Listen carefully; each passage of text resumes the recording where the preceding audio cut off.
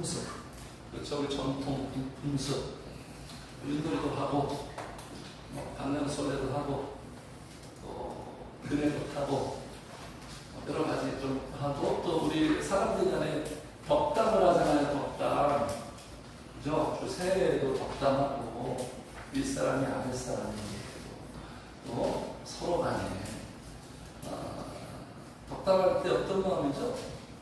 그냥 뭐 감사하는 마음을 전하고, 평소에 고마운 사람들한테 감사의 마음을 전하고, 또 잘 되기를 빌어주고, 뭐 이런 두 가지의 기본적인 마음으로 덕담을 하는 것 같아요. 자, 그런데 성모님들, 사람이 사람에게 해줄 수 있는 최고의 덕담이 무엇일까요? 사람이 사람에게 해줄 수 있는 인생 최고의 덕담. 어떤 덕담일까요? 교회 나오세요. 야, 우리는 좀 교회 나가자. 아, 교회 나오셨네요. 우리 형제들이 안 나와요. 교회 나가세요. 또 뭐죠? 교회 왜 나가는 거예요? 예수님 믿으세요. 최고의 덕담이에요, 부모님들. 예수님 믿으세요. 예수님 믿으세요. 왜 교회 나가세요? 예수님 믿으세요가 최고의 덕담이죠. 왜 그래요? 너무나 분명한 사실이죠. 왜 최고의 덕담이에요? 예수님을 믿으면 뭐가 와요? 복이 오죠. 예수님을 믿으면 복이 와요. 복이 와요. 예수님을 믿으면 일단 떠나갑니다. 무엇이? 불행이 떠나가죠. 불행 끝. 그래서 행복이 다가오죠. 행복 시작. 그러니까 이 행복은 누구 안에 있어요? 예수님 안에 있죠. 이 행복은 우리 인간들이 그렇게 갈구하고 토록 염험하는 이 행복은 예수님에게 있어요. 아니, 더 정확하게 말하면 예수님이 행복이에요. 예수님이. 이게 복음의 진수입니다. 우리 충만교회는 이게 확실하게 정리돼야 돼요. 예수님 자체가 행복이에요. 예수님 자체. 그래서 예수 믿으면 어떤 복을 받을까요? 너무 많죠? 어떤 복을 받아요? 천국의 복 받고, 형통, 은혜, 평강, 자유, 또 인생의 성공, 또 만남의 복, 또 어떤 복? 기도의 복. 한두 가지 아니죠? 그렇죠? 성모님들 다 그 복을 경험하고 계시죠? 그 복을 다 누리고 계시죠? 한두 번쯤은 다 경험했을 거예요. 예수님을 우리가 온전히 믿으면 그럴 수밖에 없어요. 자, 그 중에 하나, 주님이 주신 우리에게 복, 그 중에 하나 무엇일까요? 오늘 우리가 집중적으로 이게 우리 오늘의 주제인데, 오늘의 테마인데요. 어떤 복일까요? 기쁨이에요. 기쁨. 공감하시죠? 그렇죠. enjoy, 영어로 하면. 세상이 줄 수 없는 기쁨인 거 아시죠? 세상이 알 수 없는 기쁨. 세상에는 없고요. 우리에게만 허락됐어요. 우리에게만 있는 거예요. 그래서 진짜 예수님을 만나면 이러한 감탄사가 나오죠. 유행어처럼 지금까지 이런 기쁨은 없었다. 이런 고백이 나한테 절로 나오는 거예요. 지금까지 이런 기쁨이 없었다. 그래서 이 세상의 문화 보세요. 그죠? 이 세상의 엔터테인먼트, 이 버라이어트, TV, 뭐 유튜브, 온통 이 모든 이 채널 보세요. 막 연예 사업들, 헐리우드 문화, 막 엄청나게 더 거대해지고 활성화되고 있죠? 이게 다 이 역설적으로 무엇을 말하는 줄 아십니까? 이 세상에 기쁨이 없어서 그래요. 기쁨이 고갈되었다는 아우성이에요. 그렇게 해서라도 즐거워 싶은 거예요. 그래서 부모님들, 자, 대부분 다 술 먹고 어디 가요? 네? 세상 사람들 술 먹고 어디 갑니까? 노래방 가죠. 노래방 다 가본 적 있죠? 노래방 딱 가서 막 신나게 불러 제꼈어요. 나와서 어떤 느낌이에요? 노래방 딱 나왔는데 와 기쁘다. 그런 적 있어요? 너무 기뻐. 유흥을 즐겼는데 마음이 기쁘다. 그런 거 있냐고요. 이 세상의 문화와 세상의 즐거움 속에서는 하나님이 창조하신 본연의 그 기쁨을 절대 우리 맛볼 수가 없는 거예요. 싸구려. 자, 그래서 성도는 누구냐? 기쁨을 맛보고 누리는 사람이에요. 그래서 요한복음에 예수님의 첫 기적이 뭐죠? 가나 혼인잔치. 무엇을 주신 거예요? 기쁨을 잃어버린 사람들에게 기쁨을 되찾아주는 거예요. 그러니까 예수님의 첫 번째 이적은 기쁨을 선사했어요. 스타트를 기쁨으로 딱 출발했어요. 기쁨으로 끊었어요. 자, 그래서 우리 하나님께서 우리에게 주시는 그 기쁨에 또 구체적인 내용들이 있지 않겠습니까? 자, 어떤 기쁨일까요? 성도는 어떤 기쁨을 맛보고 누릴까요? 자, 본문의 기쁨의 분위기에 본문에 보니까 사람들도 기뻐하고요, 예수님도 기뻐하세요. 모두 다 기뻐요. 기쁨의 잔치가 벌어졌어요. 자, 어떤 기쁨이길래 이렇게 기뻐할까요? 자, 첫 번째입니다. 첫 번째, 성도가 누리는 기쁨 같이 해봐요. 시작. 승리의 기쁨을 누린다. 승리의 기쁨을 누려요. 승리. 이거 뭐 당연한 거 아닙니까? 이겼을 때 기쁘지, 질 때 기쁜가요? 이겼을 때 통쾌하잖아요. 한일전 이겼을 때. 그렇죠. 이겼을 때 막 기쁘고 신나죠. 졌을 때는 어떤 마음이죠? 비참하죠. 저는 알아요. 저는 승부의 세계에서 살았던 사람이에요. 스포츠 세계. 이겨야 돼. 한국 스포츠는 무조건 이겨야 돼. 수단과 방법을 동원하지 않고 무조건 이겨야 돼. 이게 그러니까 이게 후진적인 스포츠 문화예요. 다치고 이겨야 돼. 졌을 때 어떤 기분이죠? 비참하죠. 기분 더럽죠. 그리고 분하죠. 일본 사람들, 일본 선수들 그 졌을 때, 한일전 졌을 때 인터뷰는 똑같이 이렇게 소감을 말하더라고요. 분하다. 분하대요. 일본 선수들. 그러니까 이기고 지는 그 결과에 따라서 힘이 엇갈려요. 이겼을 때 기쁘죠. 이게 언제예요? 한일 월드컵 딱 기억나죠? 그때 꿈꾸는 듯한 기쁨. 야, 우리가 4강을, 우리가 유럽팀을, 그죠? 이겼을 때 얼마나 기뻤나요? 모두가 친구가 되고, 막 부둥켜 안고, 얼싸안고. 이 기쁨의 분위기 아니겠어요? 만약에 우리가 막 3대빵, 5대빵 졌으면 이런 표현이 나오겠냐고요? 이겼을 때 기쁜 거예요. 자, 오늘 무슨 장면일까요? 17절. 무슨 장면이죠? 70인이 지금 돌아왔어요. 70명이 지금 나옵니다. 70명의 제자들이 나와요. 자, 10장 1절에 보니까 1절 보겠습니다. 그 후에 주께서 따로 70인을 세우사 친히 가시려는 각 동네와 각 지역으로 둘씩 앞서 보내시며, 예수님께서 70명을 선별해가지고, 예수님이 몸이 하나니까 다 갈 수 없잖아요. 예수님 대신 미션을 주셔서 그 지역에 가서 사람들에게 복음도 전하고 그 영혼들 구원하고 살리는 이 놀라운 미션을 다 주신 거예요. 그래서 2절부터 16절까지 주님께서 이렇게 해라, 미션을 감당할 때 이렇게 하라, 상세하게 말씀해 주시는 거예요. 16절 보겠습니다. 너희 말을 듣는 자는 곧 내 말을 듣는 것이요. 이렇게 권위를 주는 거예요. 듣는 것이요. 너희를 저버리는 자는 곧 나를 저버리는 것이요. 그러니까 하나님의 종에 이런 권위를 주는 거예요. 하나님과의 관계는요, 반드시 주의 종들과 관계와 밀접하게 연결되어 있어요. 연결되어 있어요. 100%입니다. 100%. 나를 저버리는 것이요, 나를 저버리는 자는 나 보내신 이를 저버리는 것이냐. 그래가지고 돌아왔습니다. 사명 감당하고 돌아왔어요. 17절 돌아와서 지금 그들이 지금 보고하고 있는 거예요. 보고하고. 17절 같이 읽어요. 시작. 70인이 기뻐하며 돌아오는데 주여 주의 이름이며 귀신들도 우리에게 하노이다. 돌아와서 지금 뭐라고 고백하는 거예요? 주여! 얼마나 생동감 있겠어요, 이 고백 속에. 주여 주의 이름이며 누가? 귀신들도 우리에게 어떻게? 항복하다이다. 여기에서의 항복이라는 헬라어 뜻은 뭐냐면 굴복시킨다. 승리의 보고예요. 승리의 보고. 이겼다는 거예요. 주의 이름이며 주의 능력으로. 자, 여기에서 우리가 알 수 있는 거, 성도의 승리는 어떤 승리일까요?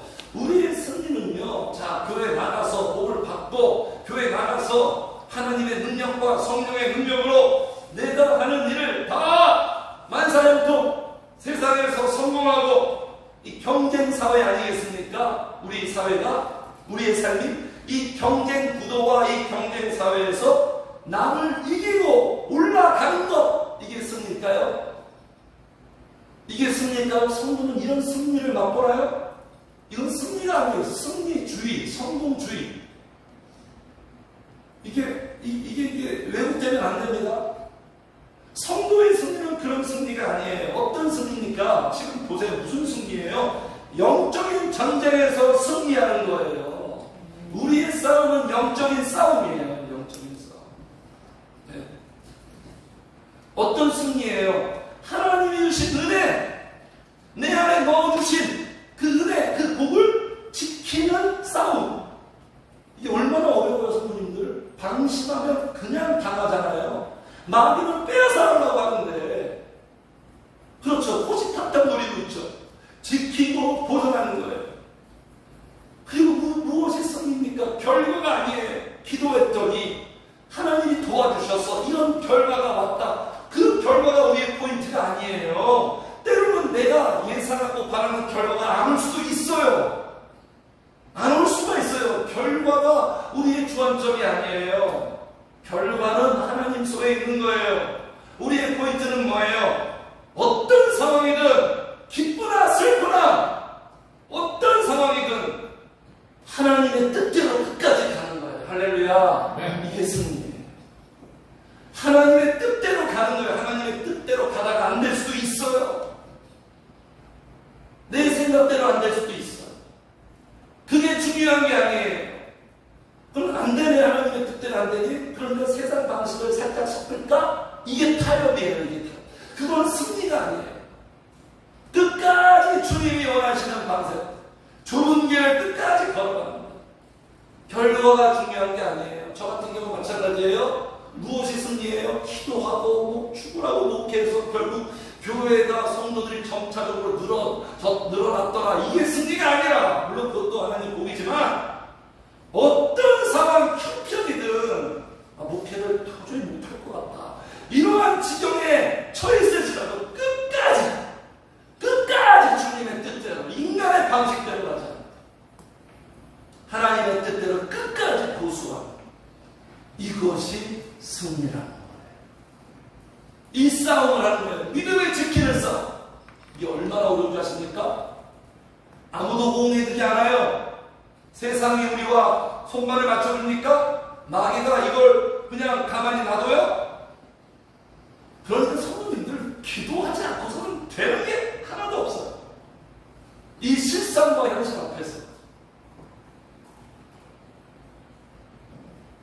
자, 그래서 우리의 싸움의 대상이 뭐예요? 저는 17절. 주의 이름이며 우리의 그 싸움의 대상이 나오는 누구예요? 마귀 사탄. 대한민국의 주적이 누구예요? 성도님들. 이 국가관에 대해서 한번 테스트하겠습니다. 대한민국의 주적이 어디예요? 미국이라는 사람도 있죠? 그렇죠? 대한민국의 주적 어디예요? 북한이죠? 성도의 주적은 누구예요? 마귀 사탄이에요. 마귀 사탄. 자, 에베소서 이렇게 말하고 있죠? 자, 우리의 시작. 우리의 시작은 별과 영을 상대하는 것이 아니고 통치자들과 권세들과 이 어둠의 세상 주장자들과 하늘에 있는 악의 영들을 상대하여, 우리의 싸움, 우리의 상대, 악한 영들을 상대하는 거예요. 세상 사람들과 경쟁해서 싸우는 게 아니라, 성도들끼리 싸우는 것도 안 되고요. 같은 벽끼리 싸워. 오늘날 교회가 사랑할 시간도 별로 없잖아요. 우리가, 그죠? 사랑을 나누면 가족끼리 싸우고, 혈과 육을 상대하는 것이 아니라, 이 싸움이 아니라 악한 영들과 싸우는 거예요. 자, 그래서 오늘 지금 본문도 지금 승리하고 돌아왔는데 마귀 사탄과의 전쟁에서 이겼다는 거예요. 이 통쾌함을 보고 있어요. 자, 하나님의 말씀은 왜 그렇게 마귀 사탄 이야기만 할까요? 네? 뭔가 지금 시대와 안 맞는 것 같죠? 무식한 것 같고, 그죠? 50년대, 60년대는 맞는 것 같은데 지금은 마귀사탄 이야기하면 뭔가 시대와 안 맞는 것 같은데 좀 더 고급스럽고 세련된 이야기를 해야 되지 않을까요? 그러나 복음은 그렇게 얘기하지 않아요. 왜 항상 마귀사탄이 나올까요? 하나님의 말씀에 성도님들, 이 마귀사탄이요, 보이지 않지만 보이지 않는 실상이에요. 보이지 않는 실존이에요. 실존 세력, 배후 세력. 그래서 성도님들, 그래서 기도하셔서 내 영이 살아나고 영적인 감각이 좋아지면 보이지 않는 마귀의 역사가 느껴지게 됩니다. 내 안에 레이더가 딱 생기는 거예요. 포착이 돼요. 포착. 이게 깨어있는 신앙이에요. 민감해집니다. 예민해집니다. 그렇게 돼요. 이게 하나님께서 우리를 안전하게 보호하는 장치예요. 이 마귀 사탄이요, 그죠? 우리 인간을 불행하게 만들잖아요. 근원의 근원 세력. 실패하게 만들고, 무너지게 만들고, 망하게 만들고, 정복 세력. 네. 예수님 못 믿게 하고, 기도 못하게 하고, 변화되지 못하게 하고. 야, 무슨 신앙생활 뭐 변하냐, 왜 이렇게 힘들게 하냐. 그냥 적당히 해. 다 그렇게 하잖아요. 너만 그렇게 유난을 떠러. 이런 막 생각들을 막 우리에게 막 넣어주고. 누리지 못하게 하고. 기쁨을 누리지 못하게 하고. 기쁨 다 빼앗아가. 그러니까 성령님과의 접촉을 어떻게 해서든지 차단하려고 하는 거예요. 성령님과 접촉되는 게 끝나요. 역전이 일어나거든요. 원천봉쇄. 저는 많이 경험해요. 성령의 역사를 마귀가 방해하고 가로막는 그러한 일들이 많이 일어납니다. 그래서 지금 여기 마귀의 이미지가 뭐예요? 19절 같이 읽겠습니다. 이 마귀의 주님이 이미지화하고 있네요. 19절 시작. 내가 너에게 뱀과 전갈을 하였으므로. 자, 보세요. 뱀, 독사죠, 독사. 전갈. 예수님도 독사의 자식들아 그랬죠. 왜 하필이면 뱀과 전갈일까요? 하고 많은 동물 중에 베드로서 보면 또 사자라고도 또 그 묘사했죠. 의사자. 왜 뱀과 전갈일까요? 왜 마귀를 뱀과 전갈로 이미지화했을까요? 생각해보세요. 많고 많은 동물과 피조물 중에서 이 뱀과 전갈의 특징이 뭐예요, 성도님들? 특징이 뭐예요? 뭘 가지고 있어요? 그렇죠. 아우, 똑똑하십니다. 뱀한테 물려본 적 있어요? 전갈한테 물려본 적 있어요? 큰일 나죠? 치명적인 독이 있어요. 퍼지면 어떻게 되는 거예요? 신경계가 타격을 받아서 마귀의 역사는 뭔지 아세요? 치명타를 날려요. 치명타. 그냥 마구 공격하는 게 아니에요. 치명타를 날린다니까요. 마귀의 공격이. 그래서 이 독과 같은 바이러스에 감염되게 해요. 자, 바이러스가 우리에게 감염되면 어떻게 됩니까? 고장나죠. 기계도 바이러스, 컴퓨터 바이러스 감염되면 고장나죠. 오류 작동, 기능을 못하잖아요. 그럼 마귀가 우리에게 어떤 바이러스를 씹으면 평상시처럼 신앙생활이 안 되는 거. 기도가 왜 안 되지? 찬양이 왜 안 되지? 뭔가 이상하다, 지금. 내 상태가 뭔가 평상시 같지 않다? 이렇게 되는 거예요, 성도님들. 그래서 마귀는요, 이렇게 사로잡잖아요. 사로잡으면 빠져나오지 못해. 뱀 보세요. 어떻게 딱 사로잡잖아요. 그죠? 딱 진식시키다가 못 빠져나가요. 보니까 호랑이랑 사자도 못 빠져나오던데, 아나콘다만 딱 이렇게 사로잡으니까. 마귀한테 사로잡히면 빠져나오기가 쉽지 않아요. 내 일식에는 이러면 안 되는데, 이러면 안 되는데, 그런데도 안 되는 거예요. 쉽게 안 되는 거예요. 그래서 마귀의 역사는 늪과 같죠. 늪과 같고, 또 이렇게 말씀하셨어요. 주님이 마귀의 올무에 딱 빠지면 벗어나기가 쉽지 않죠. 그래서 이 마귀는요, 뱀과 전갈 같은 마귀는 어디를 주로 공략하냐면, 어디에 있어요, 성도님들? 내 통장 마귀가 어떻게 하겠어요? 이런 게 아니에요. 어디를 주 공략 공략하죠? 어디를 파괴해요? 영을 파괴해요. 전쟁이 딱 나면 북한이 공격하면 북한이 어디부터 공격할까요? 광화문 청와대부터 공격할까요? 용산부터 공격할까요? 그렇잖아요. 전쟁이 딱 시작되면 어디부터 치는지 아세요? 한국의 통신시설부터 파괴해요. EMP 폭탄 빵 터뜨려가지고 통신이 완전히 망가지면 아무것도 안 되는 거예요. 현대전은 다 디지털이나 컴퓨터가 움직이잖아요.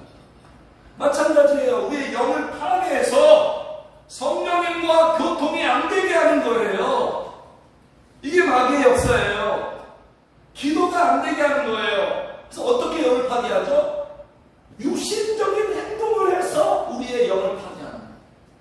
그러니까 마귀는 타락한 우리의 육신의 속성, 연약한 우리의 육신의 속성을 이용해가지고 우리의 영을 파괴하는 거예요. 영적인 속성 못 만들게. 그렇죠?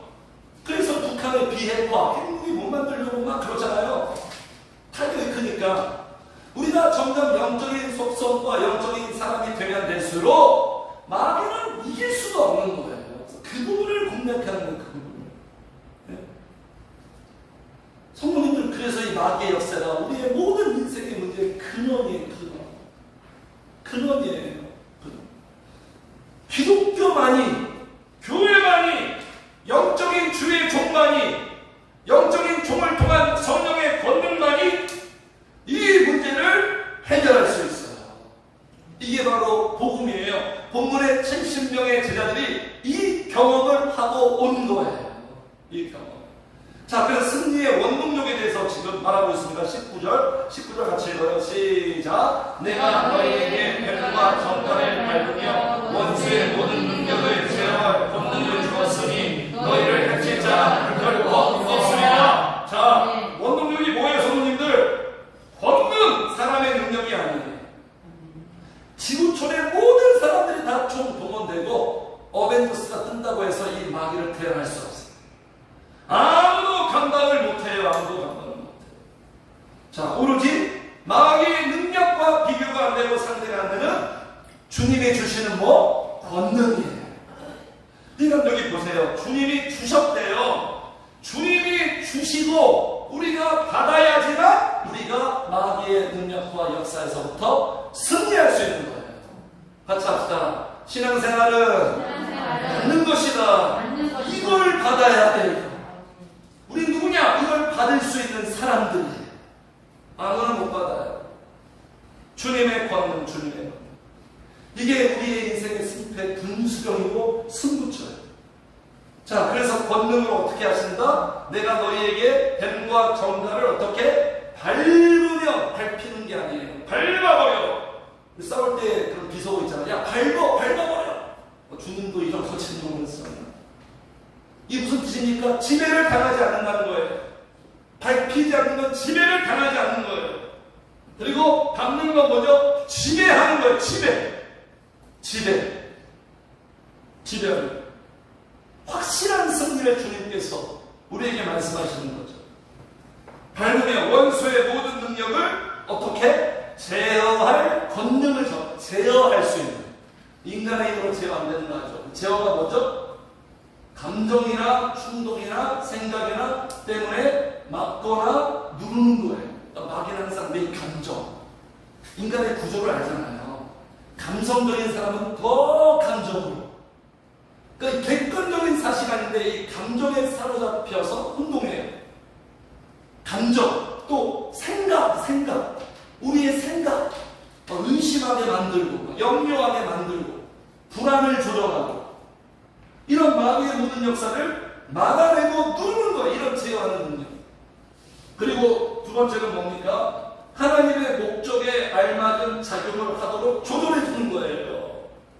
하나님의 뜻대로, 하나님이 목적하시는 대로 내가 알맞는 그런 행동을 할 수 있도록 성령의 권능이 우리에게 조절해 주는 거예요. 이러한 능력을 주시는 거예요. 그래서 마귀는 신령의 대강도 아시죠? 들어봤죠? 마귀는 어디로 들어온다? 영으로 들어와서, 텅 빈 내 영으로 들어와서 내 마음과 생각을 사로잡아요. 그 마음과 생각이 어떻게 되겠어요? 비관적인 생각, 부정적인 생각, 악한 생각, 이러한 생각으로 세팅해놓은. 그러니까 거기에 불행이 있는 거죠. 아픔이 있는 거죠. 네? 자, 그래서 성도님들, 이렇게 우리가 기도에 열중하고 주님이 주시는 이 권능으로 충만해지면 자꾸 이기게 됩니다. 틀림없어. 마귀의 유혹과 수법에서 우리가 승리하게 돼요. 승리하게 돼요. 네? 쉽게 당하지 않아요. 기도하게 되면 그렇게 됩니다. 그런 현실을 내가 맛봐요. 타격과 손상을 쉽게 당하지 않아요. 그래서 안 되는 것이 자꾸 되게 되고요. 내가 할 수 없는 것을 내가 하게 되고, 또 주님이 하지 말라는 것을 내가 안 하게 되는 그 권능과 능력을 우리에게 부여하십니다. 기도를 통해서. 기도를 통해서 다 이런 것들을 얻게 되는 거예요. 그래서 자꾸 성령, 우리 기도에서 주님의 권능은요, 자꾸 이기는 맛을 보게 됩니다. 이기는 경험을 해요. 그래서 내 인생의 승률이 점차적으로 높아져요. 에스겔 37절 기억나십니까? 생기가 들어가니까 결국 어떤 모양새가 됐다? 여호와의 군대가 되고, 여호와의 군대가 된 건 무엇을 의미하죠? 승리하는 사람이 된다는 것입니다. 이렇게 되는 거예요. 자, 그래서 승리의 비결이 뭔지 아세요, 성도님들? 승리의 비결? 신앙생활에 먼저 승리해야 돼요. 이게 우리의 최우선 포인트. 신앙생활에 승리하기 위해서는 어떤 신앙생활에 승리해야 될까요? 기도생활에 승리해야 됩니다. 이게 승리를 맛보는 사람들의 삶의 모습. 기도생활에 승리해야 돼요. 기도생활에 승리해서 충만하게 만들어요. 같이 합시다. 충만함이 승리다. 그러니까 내 안에는 육의 속성보다 영의 속성이 더 많을 때 승리해요. 더 많을 때. 그래서 우리의 승리는 우세승이에요. 우세승. 내가 영이 강해지면 강해질수록 이기는 거예요. 육의 열매보다 성령의 열매가 더 많으면 이기는 거예요. 그러니까 성도님들, 슬픔이 문제가, 다시 한번 제가 말씀드릴게요. 누누이 말씀드리지만 슬픔과 문제가 사라져서 기뻐하는 게 아닌 거 아시죠? 이런 접근이 아닙니다. 하나님 그렇게 말씀하지 않아요? 문제가 다 해결되고 슬픔의 문제가 해결돼서 기쁨이 오는 게 아니라, 슬픔보다 내 안에 뭐가 더 많을 때? 기쁨이 더 많을 때. 이게 승리예요. 항상 상대적인 거예요. 우리가 왜 자꾸 지는 줄 아십니까? 왜 복을 누리지 못하고 육의 속성이 더 많은 거예요, 지금. 이게 우리의 지금 현 주소예요. 그거를 바꿔내는 거예요. 육의 속성보다 영의 속성을 더 많은 사람으로 분량을 채우는 거예요. 그래서 성령의 충만함을 받아라. 충만함이 승리예요. 성령의 충만함. 기도를 통해. 그래서 우리가 기도에 심혈을 쏟고 있지 않겠습니까? 성도님들. 네? 이런 말이 있어요. 한 가지의 기쁨이 1000가지의 슬픔을 이긴다. 주님이 주시는 그 한 가지의 기쁨이 내 삶의 5만 가지의 문제를 다 이기는 거예요. 늘 이런 말씀이 있죠. 여호와를 기뻐하는 것이 너희의 힘이다. 기쁨은 낭만 정서 아닌 거 아시죠? 기쁨은 전투 용어예요. 기쁨은 능력이에요. 기쁨은 내 영혼의 면역력이에요. 기도를 통해서 면역력을 증가하고 강화시키는 거예요. 기쁨이 약하고 메마를 때 그때 문제가 생겨요. 보세요. 교회에서 문제를 일으키고 사람들 시험 들게 만드는 사람 다 특징이 뭔지 아세요? 그 영혼의 기쁨이 없어요. 그 영혼의 기쁨이 없어요. 기쁨이 충만할 때가 우리에게 가장 좋은 상태. 저도 이렇게 강단에서 인도하고 설교할 때 어떤 경우에 성령의 역사가 가장 많이 나타난다고요? 내 영혼의 기쁨이 충만할 때. 여기서 막 춤출 때, 그럴 때 성령님께서 강하게 역사하고 그렇게 되는 거예요. 그래서 즐기는 인생 못 이기잖아요. 즐기는 인생 못 당합니다. 즐기는 사람이 가장 강한 거예요. 그래서 예수님이 십자가에서 어떻게 승리했을까요? 사명감으로, 정신력으로, 이를 악물고 참아야 하느니라. 예수님이 십자가의 그 모욕과 정신적인 고통, 육체의 고통 어떻게 다 이겨냈다고요? 히브리서 기자가 말하고 있어요. 믿음의 주여 또 온전하게 하시는 이 예수를 바라보자. 그는 그 앞에 있는 시작! 기쁨을 위하여 십자가를 참사 부끄러움을 개의치 아니하시느니라.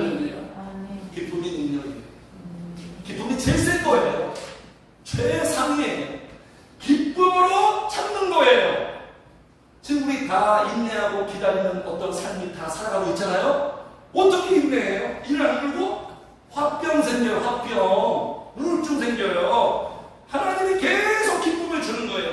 기쁨으로 참아내고 기쁨으로 개의치 않게 되는 거예요. 어떻게 보면 내 삶이 다 부끄러운 거 있죠? 자랑스럽지 못한 거. 다 인간적인 생각이지만 자랑스럽지 못한 거 있죠? 이런 것들도 다 내 안에 기쁨이 충만하면 아무런 문제도 안 되는 거예요. 기쁨이 있으면 무슨 비교의식, 피해의식 같은 거 안 합니다. 기쁨이 없으니까 자꾸 비교하고 피해의식 생기고 자꾸 열등감 생기고 다 이런 거예요. 기쁨이 들어가면 낮은 자존감도 주님이 다 올려놔요. 자존감이 강해지면 자존심은 상대적으로 약화되는 거예요. 자존심 강한 사람들은 제가 말씀드렸죠. 자존감이 낮아서 자존심 강한 거예요. 헷갈리는. 네? 성도들, 그래서 이 승리의 기쁨, 기도를 통하여 성령의 본능으로 내 안에 나날이 만들어지는 영의 속성에 근접탑을 세워서 승리의 기쁨을 맛보시는 우리 성도님들 되시기를 주의로 축복합니다. 두 번째 같이 읽고요. 시작. 구원의 기쁨을 누린다. 성도가 누리는 기쁨은 구원의 기쁨이 20절 같이 읽어. 시작. 그러나 귀신들이 너희에게 항복한 것으로 기뻐하지 말고 너희 이름이 하늘에 기록된 것으로 기뻐하라. 지금 막 70명이 막 승리에 도취되고 막 흥분했잖아요. 야, 우리가 이겼어. 또 된다. 이렇게 막 난리 났는데 주님께서 냉정하게 팩트를 날리십니다. 어떻게 날려요? 귀신들이 너희에게 항복한 것으로 기뻐하지 말고 무엇을 더 기뻐하라? 너희 이름이 하늘에 기록된 것으로 기뻐하라.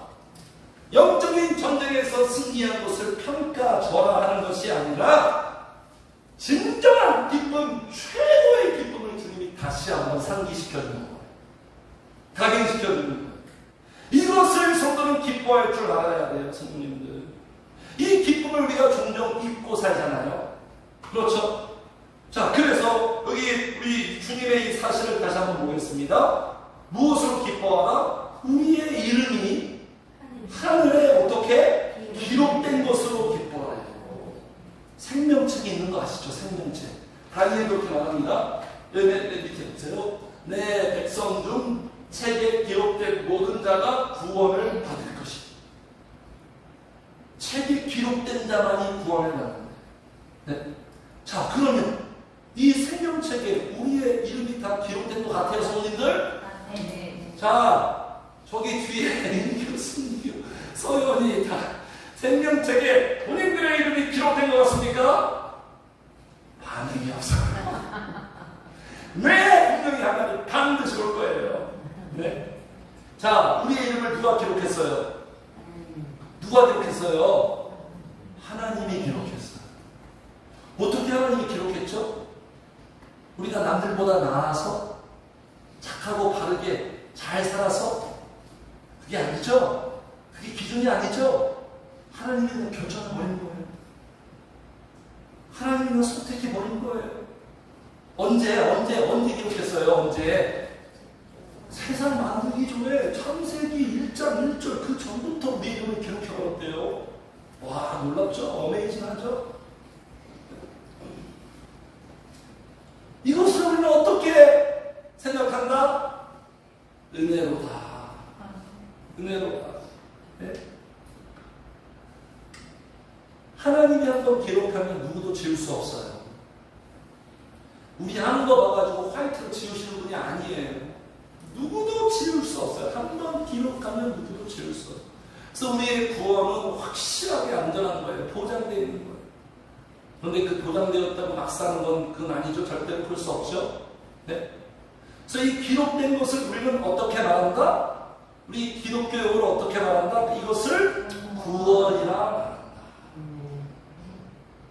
왜 구원이 우리에게 최고의 기쁨일까요? 기본적인 거지만 다시 한번 은혜를 생각합시다. 왜 구원이 최고의 기쁨이에요? 무엇보다 최고의 기쁨이 우리의 구원이에요.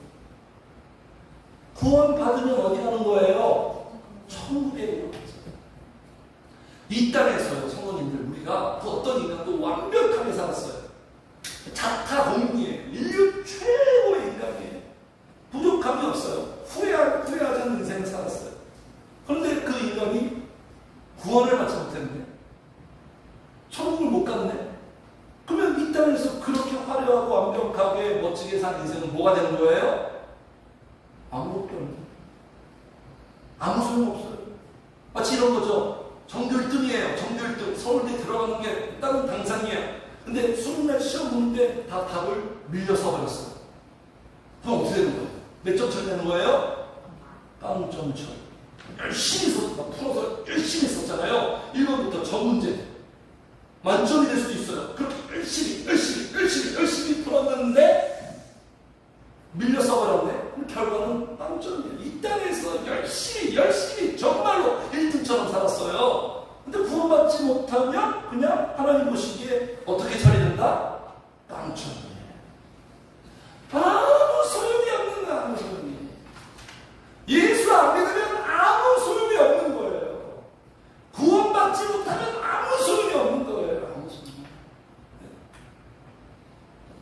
그래서 구원받지 못한 사람들의 누림 있잖아요. 돈도 많고 성공하고 명성도 있고 이건 마치 어떤 모습이냐. 사형수들 있잖아요. 사형수들 사형 집행하기 전에 만찬을 허락하잖아요. 그렇죠. 마지막 죽더라도 이렇게 좀 많이 포식하고 죽어라. 마지막 배가 아니겠어요? 마치 그런 모습이에요. 사형수들의 만찬자 같아요. 예수를 믿지 않는 사람들. 자, 천국을 못 가면 어디로 가는 거예요? 지옥으로 가는. 지옥이 왜 끔찍하죠, 성도님들? 지옥이 왜 끔찍해요? 죽을 수 없는 곳이잖아요. 죽을 수 없는 곳. 죽을 수 없는 곳, 영원한 고통, 우리 진정한 무기징역. 어떻게 감당합니까? 이 끔찍한 이 디데이가 있음에도 불구하고 절대로 예수님 앞에 나오지도 않고 굽히지도 않고. 그러고 보면 인간이 참 대단하죠? 이 죄악이 얼마나 강력한지 우리가 알 수 있죠. 네.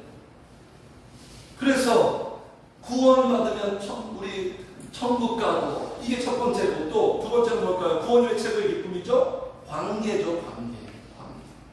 하나님과의 관계. 하나님과 부녀지간이 되잖아요. 이 관계가 기쁨이에요. 근데 이 관계는 우리 인생 성공과 행복으로 가는 자산이에요. 성도는 관계만 좋으면 돼요. 하나님과의 관계만 신경 쓰면 돼요. 여기 예수님이 말씀하시는 21절, 그때 예수께서 성령으로 기뻐하시는 이때 천지의 주되이신 아버지요. 우리 아버지가 누구예요? 천지의 주인이에요. 네 아버지 뭐 하시노? 오늘 천지의 주제십니다. 이렇게 말하는 거죠. 네? 이 천지의 주제가 내 아버지가 된 거예요. 내 아버지. 누가 아버지 만들어줬어요? 예수님이 십자가에 죽으심으로 아버지가 됐잖아요. 그 아버지가 내 아버지가 됐잖아요. 네? 그래서 하나님과의 관계가 만들어졌다는 것은 아버지를 우리가 누리게 된 거예요. 하나님을 누리고 하나님의 찬스, 아빠 찬스도 누리고 기도를 통해서. 그리고 우리가 구원받고 천국만 가고 끝나는 것이 아니라 천국으로 딱 보내시고 우리의 인생에 하나님이 니들이 알아서 살아라. 이게 아니죠. 우리의 인생 모든 순간마다 하나님의 구원을 누립니다. 그래서 구원은 계속되고 있는 거예요. 구원은 지금 진행 중이에요. 10편에서도 말하고 있죠. 같이 읽어요. 시작. 날마다 우리 짐을 지시는 주 곧 우리의 구원이신 하나님의 찬송. 하나님의 구원은 날마다 우리에게 임하고 있어요. 날마다 일상적이에요. 현실적이에요. 우리의 짐이 얼마나 무겁습니까? 버겁죠? 피곤하죠? 그 짐을 대신 져주신다. 대신 져주신다. 저 기도하면 가벼워지잖아요. 성령이 역사하면 가벼워집니다. 우리의 내 영이 강해지면 가벼워져요. 힘이 없으니까 무거운 거예요. 내 영이 강해지면 가벼워져요. 영적인 근육이 붙어버려요. 그래서 우리의 문제 속에 하나님이 간섭하죠. 이게 하나님의 구원이죠. 개입하죠. 그리고 해결하시죠. 하나님이 해결할 때 정말 놀라워요. 상상할 수 없는 방식과 시기로, 예상할 수 없는 루트로 신의 한 수가 우리에게 펼쳐져요. 그래서 우리는 이렇게 되는 거예요. 하나님의 구원을 맛보면 우리는 이런 모습이 나와요. 시작. 그때 우리에게는 웃음이 가득하고 우리 혀에는 찬양이 찼었다. 구원을 경험하면 이런 모습이 딱 나와요. 그래서 여기 보세요. 여호와께서 우리를 위하여 큰 일을 행하셨으니 우리는 기쁘도다. 우리에게 큰 일을 행하셔야 하나님께서. 그래서 우리를 기쁘게 만드는 거예요. 그 성도님들 진정한 구원이 뭐라 그랬죠? 진정한 구원? 또 내 삶의 문제 해결보다 진정한 구원? 뭐죠? 내가 변화되는 거예요. 이게 하나님의 큰 일이에요. 이게 하나님의 큰 역사예요. 내가 변화되는 거. 내가 변화되는 거. 성도님들, 그래서 이미 구원받으신, 기록되신 우리 성도님들 하나님의 구원을 만끽하면서 시편 이 사람들처럼 기쁨이 충만하시기를 주여 축복합니다. 자, 마지막 세 번째 안 나오네? 없어요. 세 번째 좀 피곤해서 할 거예요. 같이 합시다. 주님을 만나는 기쁨을 누린다. 다르게 말하면 성령의 역사를 누린다. 아까 말씀드렸죠. 이 사람들만 기뻐하는 게 아니라 예수님도 기뻐한다고요. 21절 같이 보겠습니다. 앞에 분만 시작. 그때 예수님께서 성령으로 기뻐하시며 보세요. 예수님이 제대로 기뻐하고 있어요. 기쁨의 정석을 보여주고 있어요. 예수님이 여기서 기뻐하시는 게 지금 여기서 제일 기뻐하시는 분이 예수님입니다. 예수님이 제일 기뻐요. 그래서 이 내용이에요. 자, 예수님의 기쁨이 지금 이렇게 나와요. 헬라어로 아갈리아. 이게 무슨 뜻이냐면 기뻐서 펄쩍펄쩍 뛰다. 그러니까 예수님이 여기서 제자들 앞에서 기뻐서 펄쩍펄쩍 뛰었다는 거예요. 너무너무 기뻐가지고 예수님이 그냥. 네. 자, 그래서 여기 기쁨은 예수님이 보여줬죠. 기쁨은 어떤 조건과 상황으로 하는 게 아니라 무엇으로 기뻐한다? 성령으로 기뻐한다. 이게 정석이에요. 기쁨은요, 성도님들, 내가 기뻐할 수 없는 거예요. 자, 주님이 기뻐, 항상 기뻐하라. 주 안에서 말하면 기뻐하라. 그러니까 기뻐해야지. 절대로 기뻐할 수 없어요. 내가 못해. 성령으로 하는 거예요. 성령이 기뻐하게 하시는 거예요. 그러니까 하는 게 아니죠. 되는 거죠. 성령의 감동으로 기뻐하는 거예요. 그러니까 성령님과 접촉이 되고 성령님과 감동이 되고 내가 기도할 때 성령의 영향을 받은 그 흔적과 결과가 기쁨이에요. 사람도 그렇잖아요. 어떤 사람과 같이 있으면 기분이 막 좋아져요. 에너지가 막 올라가고 활력이 있고 그런 사람 있잖아요. 그 사람이 딱 나타나면 분위기가 막 살고 막 기분 좋아지고. 그중에 이런 사람이 그래요. 이 누군지 아시죠? 누구예요 이분이? 뮤지컬 배우. TV를 안 보니까 전혀 모르나요? 뮤지컬 배우 김우영이라는 분인데 이분이 얼마나 흥이 넘치는. 이 사람이 저 TV를 보면 이 사람만 보고 있으면 기분이 좋아져요. 어찌나 에너지고 밝고 막 활력이 있는. 주변 사람들의 분위기가 다 화사해져 버려요. 네? 그냥 너무 오버한다 그게 아니라 그러한 어떤 그 은사를 갖고 있더라고요. 사람도 이런데 성도님들 성령님과 우리가 기도해서 접촉하고 함께 영향을 받으면 어떻게 되겠어요? 우리가 어떤 영향을 받겠어요? 성령이 주시는 영향력은 뭐예요? 기쁨이에요. 기쁨. 그러니까 틀림없어요. 성도님들 기도해서 성령님과 접촉하면 성령님이 우리에게 주시는 그 영향은 기쁨이에요. 기쁨. 그렇게 만들어 가시는 거예요. 성령께서. 네. 자, 그래서 성령께서 지금 성령의 역사를 주님의 비밀을 공개합니다. 자, 21절 같이 읽어요. 시작. 그때 예수께서 성령으로 기뻐하시며 이르시되 천지의 주계이신 아버지여 이것을 지혜롭고 슬기 있는 자들에게 숨기시고 어린 아이들에게는 가르침을 감사합니다. 옳소이다. 이렇게 된 것이 아버지의 뜻이나이다. 하나님이 정하신 뜻이 있어요. 주님을 만나는 사람이 있고 주님을 만나지 못하는 사람이 있고 성령의 역사를 경험하는 사람이 있고 역사를 경험하지 못하는 사람이 있대요. 모두가 다 해당되지 않대요. 주님이 이 비밀을 말하고 있는 거예요. 자, 누가 이 복을 누리지 못한다고요? 여기서 아버지요 이것을 누구에게? 지혜롭고 슬기 있는 자들에게는 어떻게? 숨겨버린대요. 하나님이 이렇게도 한대요. 하나님은 다 막 그냥 퍼주는 분이 아니에요. 숨기신대요. 이건 비극이죠. 이렇게 되면 절대로 안 되죠.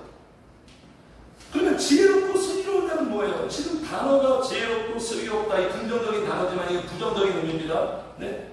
그러니까 지혜롭고 순종한 사람은 누구죠? 자기 자신만 믿고 사는 사람.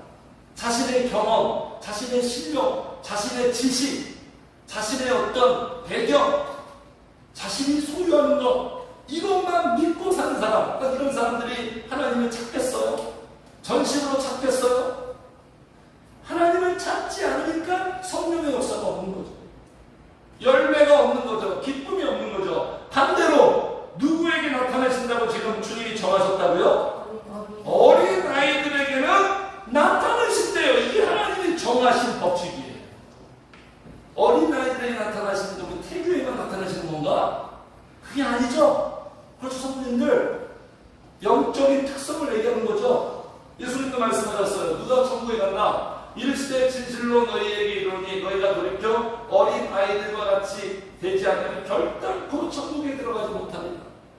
천국에 들어가는 사람들의 특징이 뭐냐면 어린아이와 같대요. 애들만 천국 가는 게 아니라 어른도 얘기하는 거예요. 어린아이와 같은 속성과 성향이에요. 수기가 좀 관심 있으니까 제가 설명해 줄게요. 자, 어린아이들 특징이 뭐예요?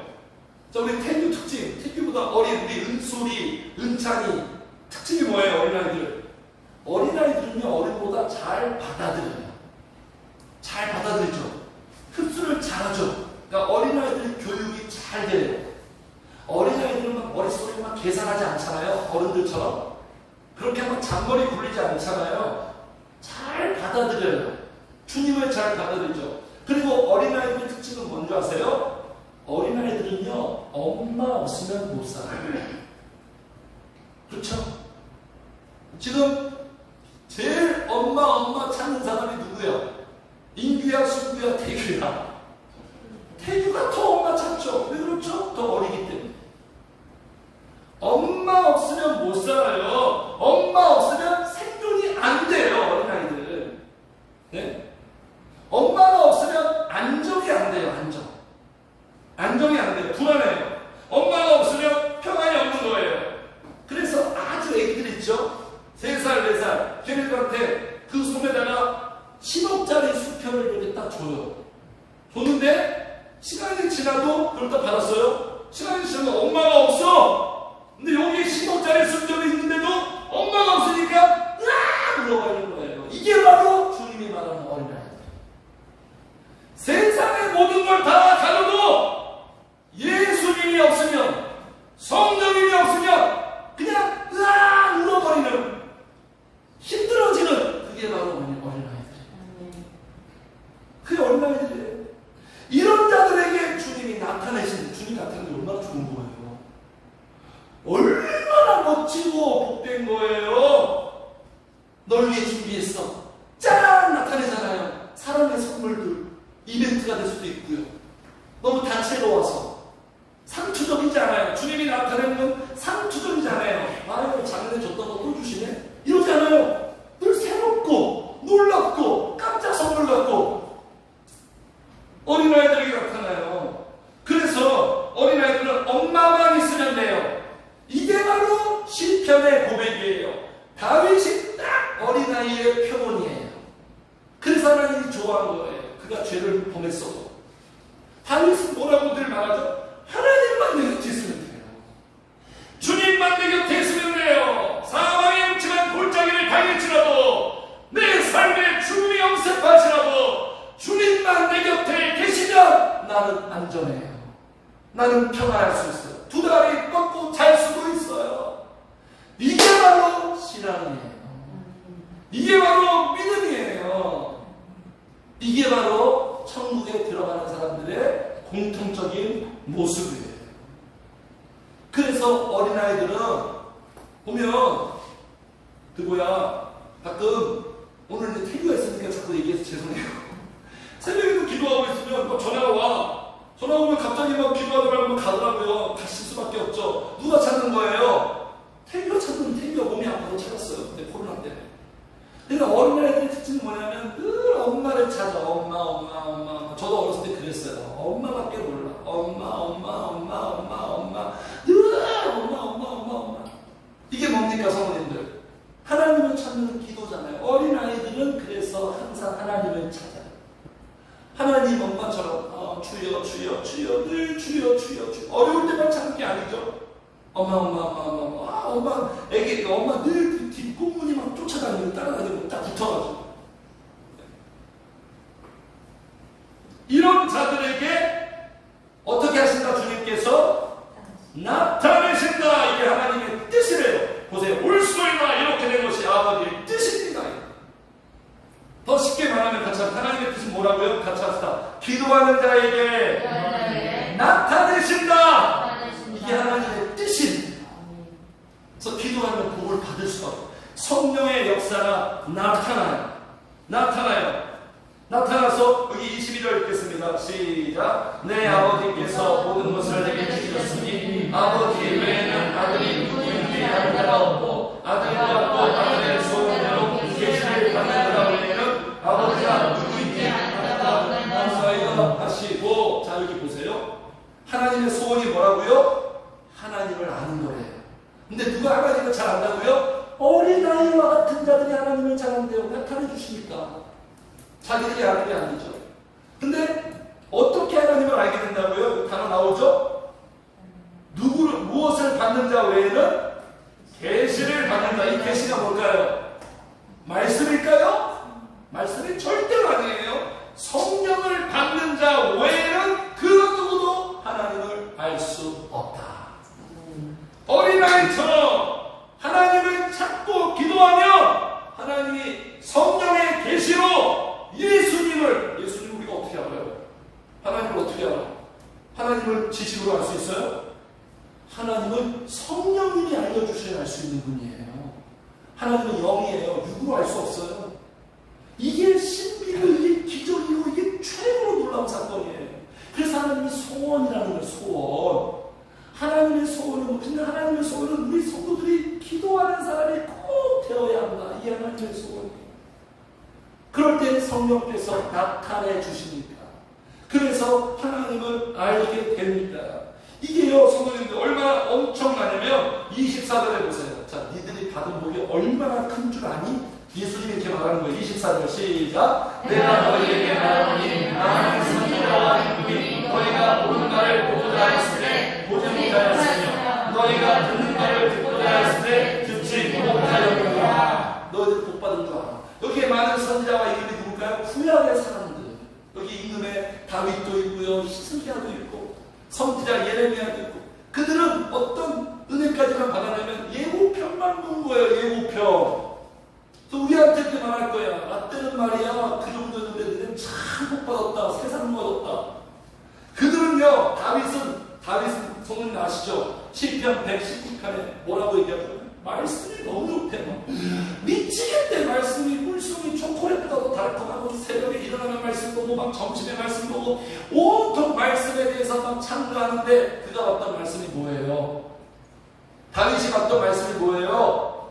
창세기, 레위기, 민수기, 신명기, 모세, 오경, 출애굽기 5개만 봤는데 그래요. 여러분 뭘 보고 있어요? 이렇게 많이 보잖아요. 이렇게 많이. 얼마나 많이 추가되어 있어요. 다윗이 그러면서 그걸 살짝 본 거야. 와, 나중에 예수님이 오면 성경도 그렇게 보고 내가 누렸던 것보다 더 큰 은혜를 근데 훗날의 사람들이 보겠구나. 와, 부럽다. 부러워. 그 얘기하는 거지. 24년. 그 부러운 사람들이 누구예요, 성도님들?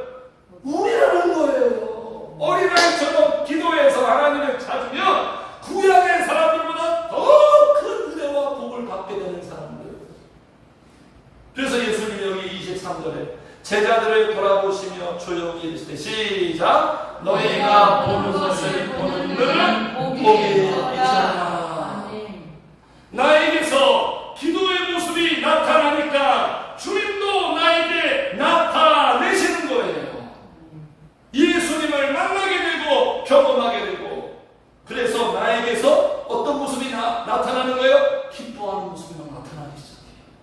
영적인 모습이 나타나기 시작해요. 그래서 그 나타나는 모습이 예수님의 모습을 나타내는 거예요. 이것이 하나님의 놀라우신 은혜예요.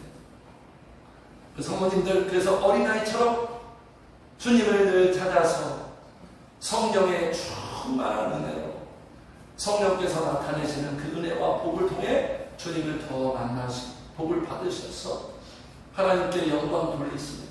우리가 받은 기쁨이 세 가지 뭐라고? 첫 번째, 승리의 기쁨. 두 번째는 구원의 기쁨. 세 번째, 주님 만나는 기쁨. 누가? 기도하며 성령이 역사하셨어. 주님 만나는 세 가지 기쁨이 진짜 우리의 삶의 현실이 되고 풍성한 스토리가 되시기를 주님의 이름으로 축복합니다.